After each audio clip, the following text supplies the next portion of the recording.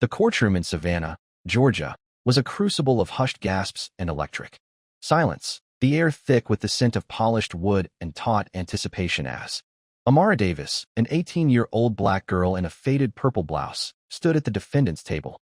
Her hands clutched a small, silver locket, her aunt's keepsake, a relic from a woman lost to the system, and her voice rang out, steady and unshaken in a closing argument that pierced the stillness. They built this case on lies, but the truth is, I'm innocent, and I've got the evidence to prove it. Prosecutor Victor Grayson, a broad-shouldered man with a steely gaze and a smug curl to his lips, froze mid-stride, his notes slipping from his grasp to flutter to the floor like fallen leaves. The jury sat stunned, their eyes widening as Judge Evelyn Langston slammed her gavel, her stern face twitching with disbelief, her gray hair trembling slightly. "That's enough. Ms. Davis, wrap it up, or I'll cut you off." Grayson smirked, recovering with a scoff as he adjusted his tie, his voice dripping with condescension. "Evidence. This girl's delusion is laughable. Your Honor, she's guilty as sin." But the gallery bailiffs whispering, spectators nodding fell silent, their gazes locking on Amara as she stood tall, the locket glinting faintly in her grip. Moments ago, Grayson had smirked through her defense, dismantling her every word with a predator's relish, but now that smirk wavered, replaced by a flicker of unease as her closing argument landed like a thunderbolt. Just minutes earlier, Grayson had strutted before the jury, painting Amara as a shoplifter caught with stolen goods, a thief who'd resisted arrest, another lost soul from the wrong side of town. The jury had leaned into his narrative, their nods echoing his certainty.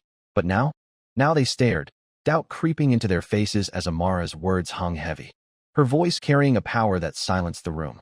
Langston leaned forward, her glasses slipping down her nose, her tone sharp with a mix of irritation and intrigue. "You'd better have something concrete, young lady, or this ends now." Amara nodded, her jaw tight, her fingers tightening around the locket as a quiet fire burned in her dark eyes. "I'm not here to lose, Your Honor. I'm here for my aunt, for what they did to her." Grayson chuckled, a harsh, grating sound as he waved a dismissive hand, his steely eyes glinting with mockery. "She's spinning tales, pathetic." But the jury's eyes shifted, curiosity replacing their earlier certainty. A man in the front row gripping his pen as if poised to strike. The room tilted, something seismic was breaking, and they all felt it ripple through the air. Amara wasn't just a defendant anymore. She was a force, armed with a locket and a truth no one saw coming. Grayson's smirk hung by a thread, Langston's patience frayed, and the girl they'd called guilty was about to turn the tide. The locket swayed, a quiet promise from a past she refused to let die. The trial had been a merciless grind before Amara's closing argument, a cold, relentless machine designed to crush her beneath its weight with ruthless efficiency. Earlier that morning, the Savannah courtroom had thrummed with the hum of routine as Victor Grayson laid out his case with the precision of a seasoned hunter stalking a wounded doe.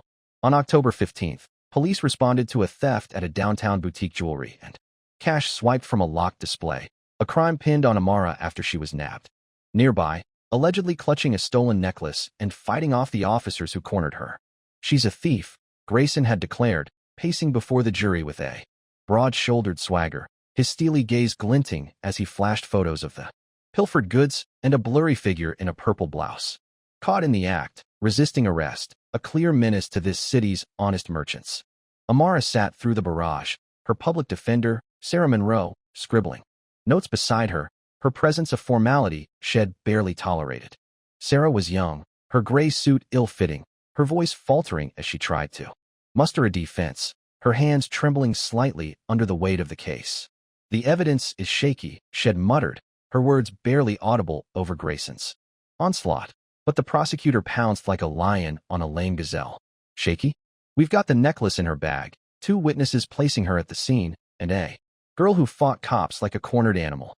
The jury smirked, their eyes flicking to Amara's faded purple blouse, the frayed hem brushing her wrists, her scuffed sneakers tapping faintly against the floor. Another black girl from the projects, guilty in their minds before a shred of proof was weighed.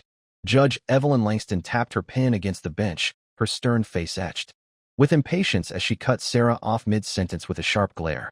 "This isn't a seminar, Ms. Monroe, let's keep it moving," Shed said, her voice clipped as she nodded to Grayson, her gray hair catching the light. "She's got no real defense, wrap it up."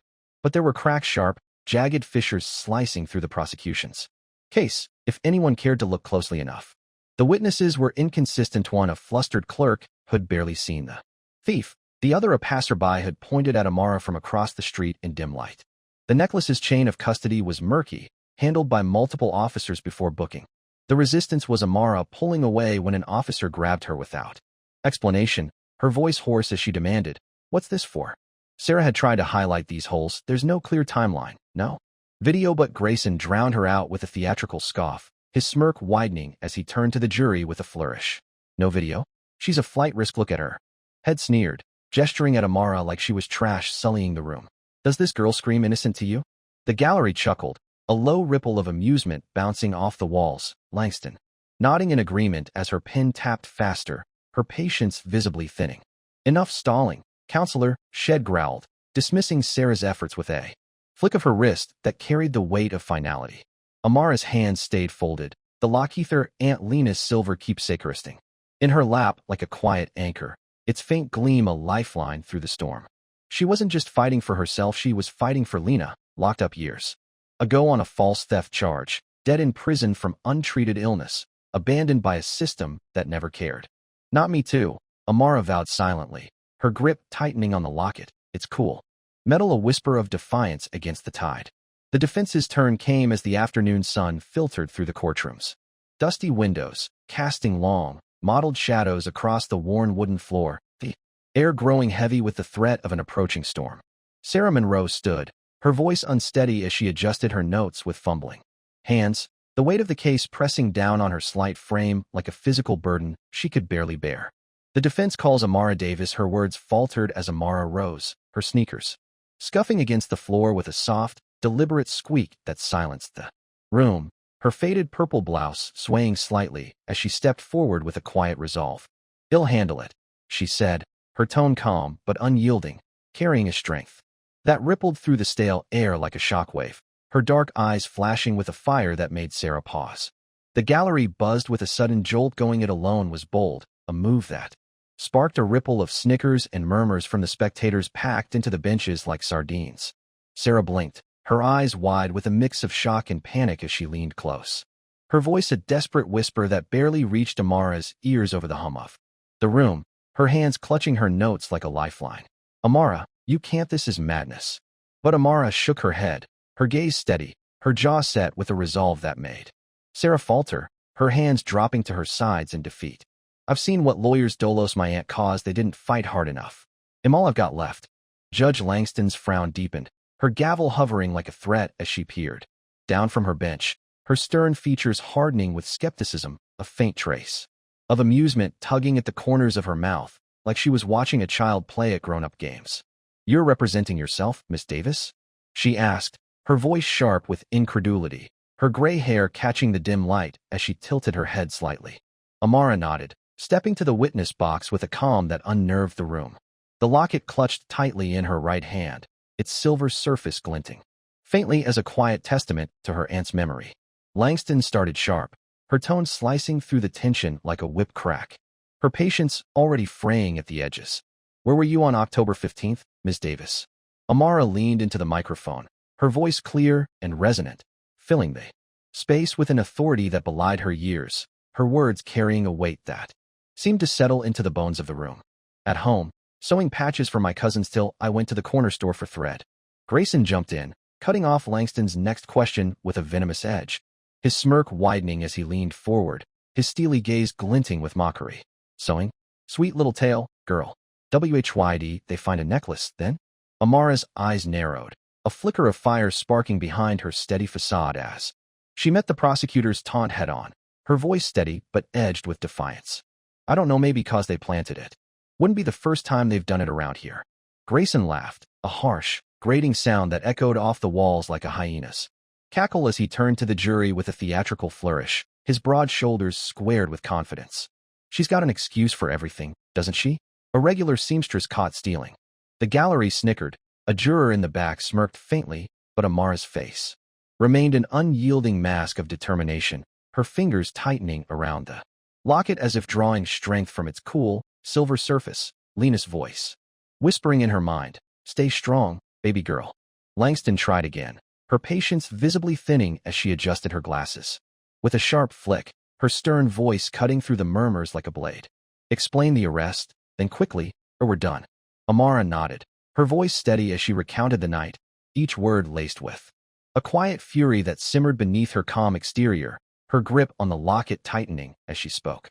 "Cops rolled up out of nowhere, no lights, no warning. They grabbed me outside the store, slammed me against the wall, tore my bag open. I pulled back when they wouldn't say why anybody would have done the same." Grayson pounced, his smirk twisting into a sneer as he leaned in, his voice dripping with disdain that oozed like venom. "Resisting arrest, just like I said. You really expect us to swallow this sob story, girl?" Amara didn't flinch, her gaze locking onto his with a quiet intensity that made the room hold its breath, her words a precursor to the storm she was about to unleash. "I expect you to hear the truth, cause I've got more than stories. I've got proof." The snickers faded, a murmur of intrigue rippling through the gallery, but the real blow was yet to come. Grayson tried to rally, his voice pitching higher as panic seeped through his cracks, his broad frame trembling slightly under the courtroom's harsh lights. His steely gaze darting as he fought to hold his ground. "You're no lawyer, girl. Where'd you get that nonsense?" Amara leaned forward, her tone cold and cutting, each word deliberate as she stared down the prosecutor with a gaze that burned through his smug facade, her voice carrying a quiet power that seemed to grow with every syllable. "From my aunt she taught me to read my rights after they locked her up on a lie, then let her die in a cell." She tapped the locket, its silver surface a quiet testament to Lena's fight, its faint click as she opened it revealing a tiny photo inside a reminder of the woman who'd raised her. "Fourth Amendment, no illegal searches. Where's their warrant for my bag?" The gallery gasped, a sharp intake of breath rippling through the crowd like a gust of wind. Jurors leaning forward as Grayson sputtered, his composure fraying at the edges like a worn thread. "This is irrelevant." Amara cut him off, her voice rising with a controlled fury that silenced the room, her words echoing off the walls like a drumbeat. "Fifth Amendment, no punishment without due process. They had no cause, just grabbed me 'cause I'm black and from the wrong block." The courtroom tilted on its axis, the weight of her words sinking in like stones into deep water, the air growing heavier with every passing second. Jurors glared at Grayson, a man in the second row muttering, "No warrant?" under his breath, his brow furrowing as he shot a look at the prosecutor, his pen pausing mid-stroke. Judge Langston pounded her gavel, her face flushing with a mix of irritation and unease, her stern voice trembling slightly as she fought to regain control over the rising tide. "Are you alleging misconduct, Miss Davis?" she demanded, her glasses slipping further as she fixed Amara with a piercing stare that could have cut glass. Amara nodded, pulling a folded paper from her blouse, not the twist yet, just a spark to stoke the flames, her hands steady despite the storm brewing around her, her fingers brushing the locket for strength. "Officer Tattoo write-ups for planting evidence. Same guy who found the necklace on me." The jury buzzed, a woman in the front hissing, "Dirty cop." Her voice sharp with indignation, her pen scratching furiously across her notepad as she glared at Grayson. The prosecutor slammed his table, his voice a desperate bark as he waved a trembling hand, his steely eyes darting between Amara and the jury, his broad shoulders slumping slightly. "This is a stunt. She's got nothing but hot air." But Amara pressed on, her voice steady and unrelenting, each word a hammer strike against the prosecution's crumbling fortress, her grip on the locket tightening as Lena's memory fueled her fire. "Sixth Amendment, I've got a right to a fair trial, not a frame-up. They broke every rule in the book." The gallery erupted, a wave of shouts and murmurs crashing through the room like a rising tide, jurors turning on Grayson with a fury that drowned out their earlier nods, their faces hardening as they leaned forward in their seats, gripped by her words. "They set her up." A man in the back yelled, his voice raw with outrage, his hands clenching the armrest as he pointed at the prosecutor, his anger mirroring the growing storm in the room. Langston roared for order, her gavel pounding like a drumbeat against the rising chaos, her stern voice straining to pierce the uproar. "Quiet, or he'll clear the room." But Amara's momentum was unstoppable, her presence swelling with every word as she stood firm, the locket a quiet anchor in her hand.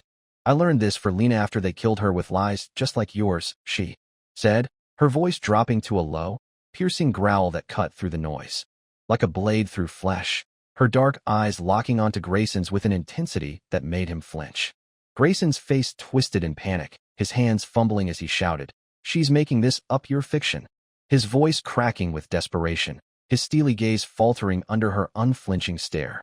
Amara smirked, a faint, dangerous curve to her lips as she touched the locket.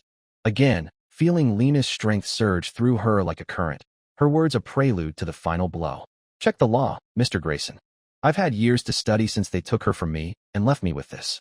The room was hers now, the jury's anger a wildfire spreading fast, Grayson's smugness suffocating under the weight of the truth had underestimated, his broad frame shrinking as the storm gathered strength. The real bomb was still ticking inside that locket, waiting to detonate and silence them all. The Savannah courtroom thrummed with raw tension, a tempest brewing beneath the flickering lights as Amara Davis stood at the defendant's table, her faded purple blouse a vivid emblem against the polished chaos. The jury's eyes bore into Prosecutor Victor Grayson, who gripped his podium with trembling hands, his broad shoulders hunched under the weight of his unraveling case, sweat beading on his brow. "You're leaning on Officer Tate's testimony," Amara said, her voice steady and piercing, slicing through the stifling air like a shard of sunlight through storm clouds. "But the Fourth Amendment says no search without cause. Where's his proof I stole anything?" Grayson's smirk twisted into a scowl, his voice rising to a shrill pitch as he jabbed a shaky finger at her, his steely gaze faltering. "This is pure nonsense.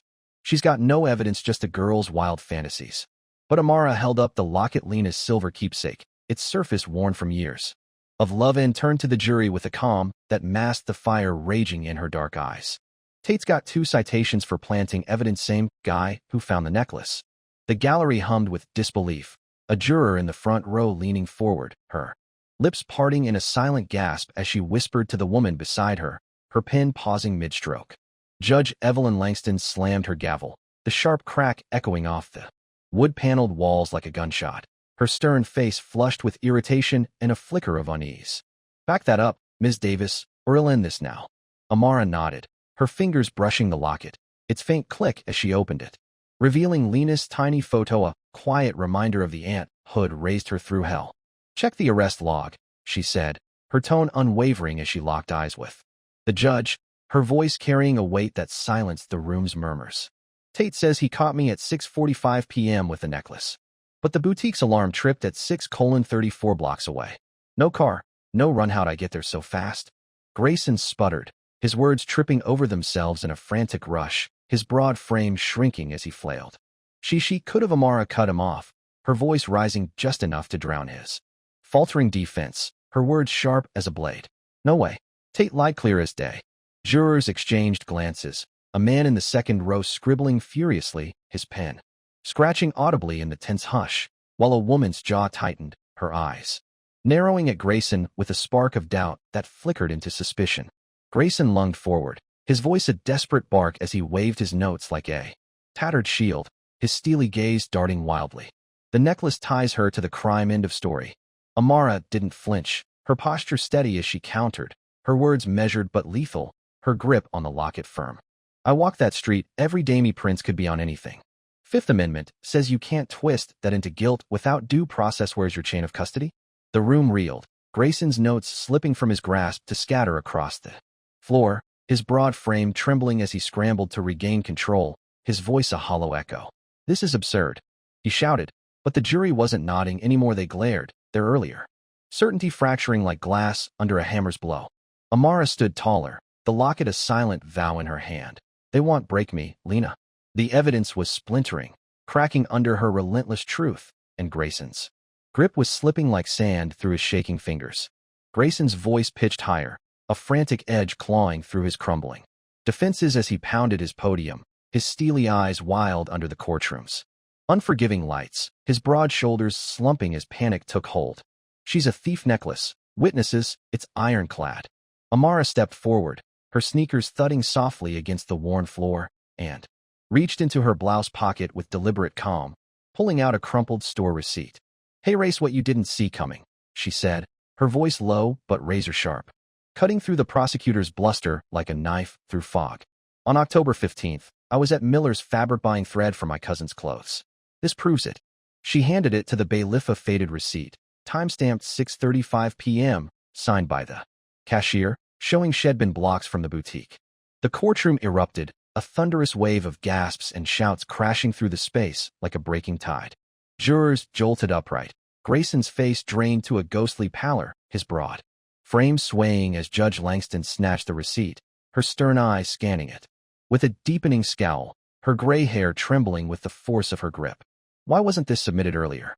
She demanded, her voice sharp with disbelief and frustration, her gavel hovering like a storm ready to strike. Amara's gaze hardened, a flicker of pain flashing behind her steady resolve as she stood firm, her voice steady but laced with grief. Because I didn't trust a system that let my aunt die in prison on a lie she was sick, and they ignored her till it was too late. I kept this close, learned that from her. Grayson lunged forward, his voice a panicked shriek as he waved a trembling hand, his broad shoulders shaking like a tree in a gale. It's forged. She can't. Amara cut him off, her tone rising with a controlled fury that silenced the room, her words ringing like a clarion call. Call Mrs. Miller, the owner. Check her security cam. I was paying when that alarm went off 4 blocks away. The gallery roared, a juror in the back shouting, "She's got proof." His voice thick with indignation, his fist slamming the armrest in a burst of outrage that echoed through the room. Langston ordered the clerk to verify, her gavel pounding as the room held its breath, the air crackling with anticipation like a storm about to break. Grayson paced like a caged beast, his polished shoes squeaking against the floor, his composure a shredded rag as he muttered under his breath, grasping at threads that slipped away. 12 minutes later, the clerk returned, her voice trembling as she clutched a printout, her hands shaking slightly under the weight of the revelation. Mrs. Miller confirms footage shows her at 6:37, Your Honor. The jury exploded, a woman leaping to her feet, yelling, "They framed her." Her voice raw with fury, her hands trembling as she pointed at Grayson, her eyes blazing with betrayal. Grayson's objection drowned in the chaos, his words lost in a sea of boos and shouts that swelled like a tsunami. This doesn't change, but Amara wasn't done. She turned to the prosecutor, the locket glinting as she pointed with a steady hand, her voice a quiet thunder that shook the room. You knew Tate was dirty. You buried Lena's case, covered her death. How many more? The twist landed like a bombshell. Amara wasn't just a girl. She was Lena's avenger, wielding the truth to unearth a graveyard of corruption. Grayson's house of lies collapsed, the jury's fury a tidal wave crashing over him, sweeping away every shred of his smug authority in a deafening roar. Amara faced the jury for her closing argument, her voice raw but resolute, carrying a power that filled the courtroom like a rising gale, her faded purple blouse swaying as she stood firm, her presence a beacon amidst the storm. They said I was guilty, cause in black and broke, but this isn't just about me. It's about my aunt, about every life they've crushed with setups and silence. She held up the locket, its silver surface a symbol of defiance, its faint click. As she opened it, revealing Lena's photo, a quiet echo of a woman who'd fought and fallen. She taught me to stand. The Constitution says they can't win this way. Not today, not ever. The jurors stared, their outrage boiling over, one man's eyes glistening with unshed tears, his hands trembling as he gripped his notepad, a woman's fists clenched tight enough to whiten her knuckles, her jaw set with a fury that mirrored Amara's own. Grayson tried one last gasp, his voice a broken croak as he pounded his podium. His broad features contorted in desperation, his steely gaze shattered. She's conning you with sob stories. He screamed, but his words cracked, swallowed by the crowd's jeers and hisses that rose like a wave from the gallery, drowning his fading smirk in a sea of contempt. Judge Langston's gavel crashed, her face grim as she fought to regain control, her stern voice cutting through the din like a blade through smoke, her gray hair trembling with the force of her command. Deliberate, she ordered, her tone heavy with the weight of what had unfolded, her glasses slipping as she glared at Grayson with a look that could have burned through steel. The jury filed out, but their faces told the story, anger etched into every line, their earlier nods replaced by a burning resolve that lit the room like a flare.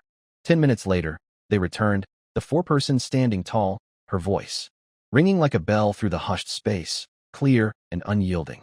Not guilty, she declared, each syllable a thunderclap that shook the walls, her stance defiant as she met Grayson's gaze with a fire of her own. The gallery detonated, cheers erupting like a dam bursting, sobs mingling with shouts of triumph, a reporter's camera flashing as the moment seared into history, the sound a cacophony of vindication. Amara exhaled, a long, shuddering breath as she sank into her chair, the locket still gripped in her hand, its weight a lifeline through the tempest that had swept the room. Langston dismissed the case, her gavel's sharp crack a final note in the uproar. Her voice icy as she turned to the prosecutor, her stern eyes pinning him like a specimen under glass. "Mr. Grayson," she added, her tone cutting through the noise like a whip, "this court's referring you and Officer Tate to the DOJ possible constitutional violations." The jury applauded, their fury a weapon turned on the prosecutor, their claps echoing like gunfire through the room, a resounding rejection of the lies they'd been fed, their hands slamming together in a rhythm of retribution. A spectator uploaded the scene, Grayson's smirking taunts, Amara's closing argument with the locket going viral before the dust settled, racking up views. As the internet ignited with outrage and awe, the clips spreading like wildfire across screens. Amara clutched the locket, Lena's spirit alive in her victory, a quiet strength pulsing through her as she sat amidst the uproar, her purple blouse a banner of resilience against the chaos. Grayson's downfall wasn't just a low sit, was a reckoning, a seismic shift felt. In every corner of the courtroom, his smirk erased by a girl they'd called guilty, her closing argument a silence that spoke louder than any shout. Justice had roared through Amara's stand, and the room fell still, the echoes reverberating far beyond the walls of Savannah. Victor Grayson stumbled from the courtroom, his broad shoulders slumped, his steely gaze dulled by defeat as he shoved through a swarm of reporters, their microphones jabbing like daggers, their shouts a relentless barrage. The viral clip, his smirking taunts, Amara's closing argument hit millions of views overnight, trending as #GraysonGuilty. By dawn, the Department of Justice launched a probe, peeling back a festering wound, falsified reports, payoffs to Tate, a decade of framing defendants to pad his conviction stats. The Savannah DA fired him on live TV, his law license revoked in a hearing that drew a jeering crowd, their boos a deafening chorus that drowned out his pleas. "You've betrayed justice," the bar president spat, her voice slicing through the silence as Grayson sat, head bowed, his once imposing career reduced to ash and scorn. Lawsuits swarmed, families head railroaded, like Lena's, draining his accounts too. Nothing, his sprawling estate seized to fund restitution, the gavel's echo a final nail in his coffin. His fiancée walked out, her parting words cold as she loaded their car with bags. "I want marry a monster." Alone in a rented trailer, Grayson faced federal charges, Fourth and Fifth Amendment violations, up to 20 years. The final blow came when his law firm erased his name from its history, a press release branding him a stain on the profession. He sat in the dim light, a broken husk, the locket haunting his dreams of girls. Quiet defiance that had stripped him of everything: power, love, pride. The world turned away, leaving him a pariah, his ruin a stark warning carved in digital fire and jail cell steel.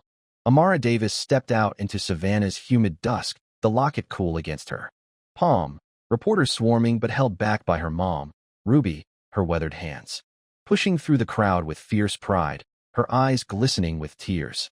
She pulled Amara into a tight embrace, her voice thick with emotion and triumph.